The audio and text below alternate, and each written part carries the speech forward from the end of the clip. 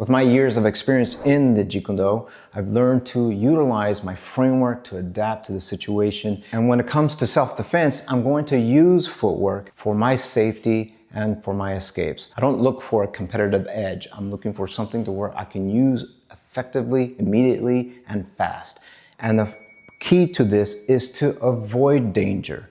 So footwork is very simplified, and I'm going to share several footwork exercises you can do at home to improve yourself. If this is the first time you've ever done something like this, I'm going to make this easy so you don't have to think about it too much. You're just going to simply replace, and you're going to face that direction to where you're now here ready to go. And so when I use this as my marker, I'm just making sure that I stay within that position as I move. The key to this is that you want to trigger that rear foot. Because it's activated, utilize that to your advantage. So something like this. If I'm going to replace, I'm going to quickly come back to this position as soon as I hit that other end. So it's like this, and I come back. See, that way you use that force to come back to this position. So here, boom, and back, boom, and back. Now the next one would be something like this. You can shuffle, and I'm just scissoring this effect. And it keeps you on your toes as you're moving. The key idea here is that you don't want to be too flat-footed, but you want your knees slightly bent because you want to be able to change directions immediately. Because with the weight that you're transferring here to there, you can essentially move and cut that corner. In this position, my knees are slightly bent, my front foot is flat, my rear heel is raised slightly, my hip is towards 12 o'clock, and my hands are slightly down. So now you have a guard that you can work with, and I'm going to just now include what's called a replacement. All you're doing is bringing the rear foot in and shuffling forward. It's making it where you're aware on how to move your body in position if you need to utilize that. And in my case, I always explain to people, make sure that your first move is to escape, to disengage, to de-escalate.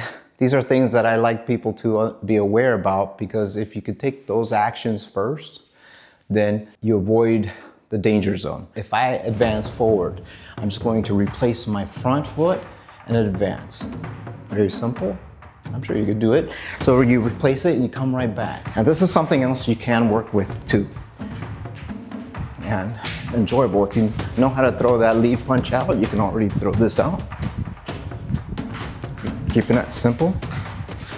And just like I said, it's a matter of utilizing that piece, but with a solid foundation. If I enter in here, I need to know how to recoil and then fire back and counter. Now we're going to borrow that aspect as well as this one. So this one here is a solid foundation. This one here has a lot of mobility. Now I'm going to use the best of both worlds, and I'm going to combine them into the Jeet Kune Do training stance. So if I'm here, I'm going to lift my front foot up, and I'm going to activate the rear foot to move forward. So if I do this, it should look something like this. I'm going to take a step and advance. If I take a step and I bring the other foot in, I'm already creating two beats. What I want to do is use it as one. So you do it in transition. It's like you're borrowing the time you take a step.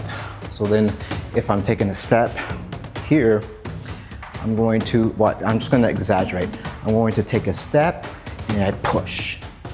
Okay? That's exaggerating the motion. Taking a step, push. You'll see when I lift my front foot up, I'm going to press and advance while maintaining this level at the same time.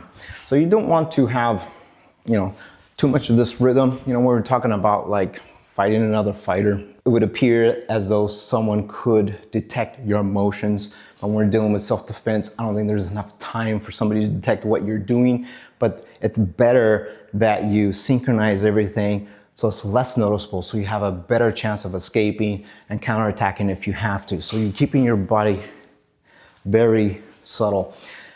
Now this one, again, the push shuffle is an excellent footwork tool that you can use at home and train at home. This next one is a side step. If I'm in the right stance, right fighting stance, I'm going to move to my right. And here, classically, you'll see this in photographs everywhere. It's here, I step, and I step off to my left. You can combine both these elements. I go push shuffle, side, push shuffle, side, push shuffle, and side. All right, something that I would like for you to do at home, and let me know in the comments on how you're doing, but practice this footwork, because then it'll make you better in the way you're moving. So all you need to do is advance forward, move to your left, move back, and move to your right.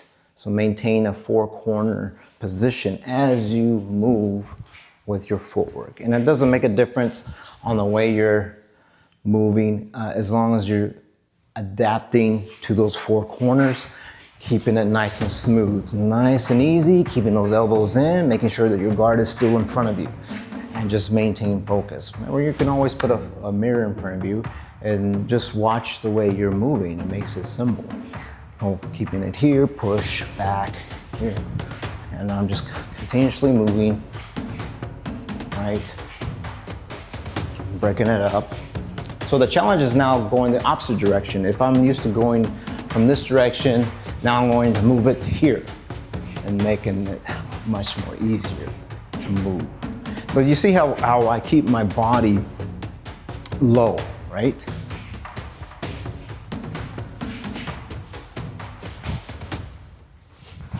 You come to realize that there's rhythm, there's broken rhythm, and there's time that you can break that up. You can simply say you have full beats, you have half beats, you have a quarter beat, and these things come into play when it comes into, let's say, sparring or competitive fighting. And you can use these beats in time against an assailant who's trying to hurt you.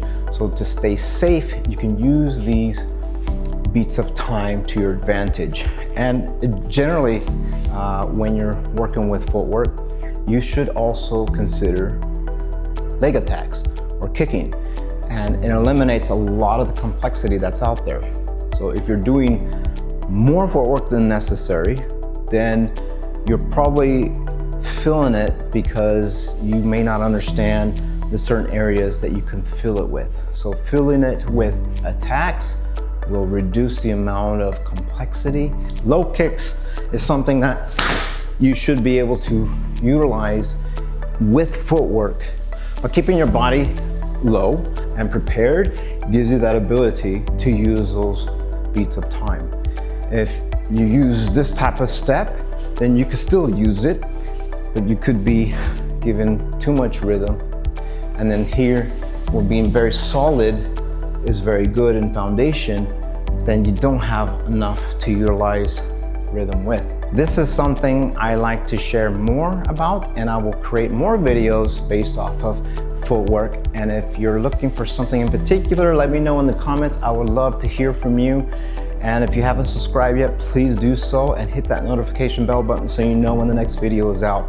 And once again, I appreciate you watching this video because it is supporting the channel. Please share and like, and we will see you next time. Stay explosive.